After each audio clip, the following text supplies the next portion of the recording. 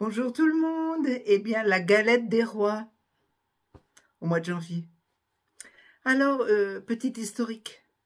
À l'époque des Romains, on fêtait les Saturnales, des fêtes qui duraient 7 jours et chacun avait le droit de faire ce qu'il voulait. C'est à ce moment-là qu'est venue la tradition de donner des gâteaux à ses amis.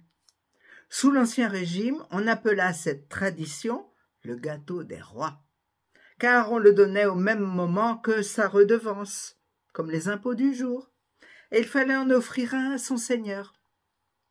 Aujourd'hui, la tradition veut que pour le jour des rois, on partage un gâteau appelé galette des rois. Selon la région, il s'agit soit d'un gâteau feuilleté, soit d'un gâteau brioché.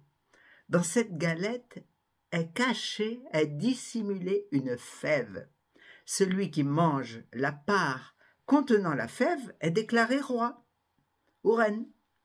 La coutume veut que le plus jeune de la famille se glisse sous la table pour désigner qui aura quelle part. Ainsi personne ne peut tricher. On pose une couronne sur la tête du roi, qui doit alors choisir sa reine, ou le contraire.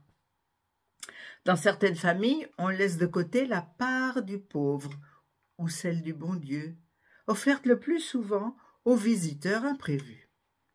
Et pourquoi y a-t-il une fève dans cette galette des rois?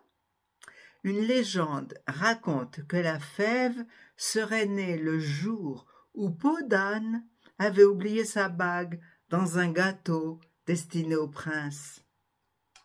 En fait, son utilisation remonte certainement au XIIIe siècle. La fève existe sous de nombreuses formes et dans différentes matières. Il y en a pour tous les goûts.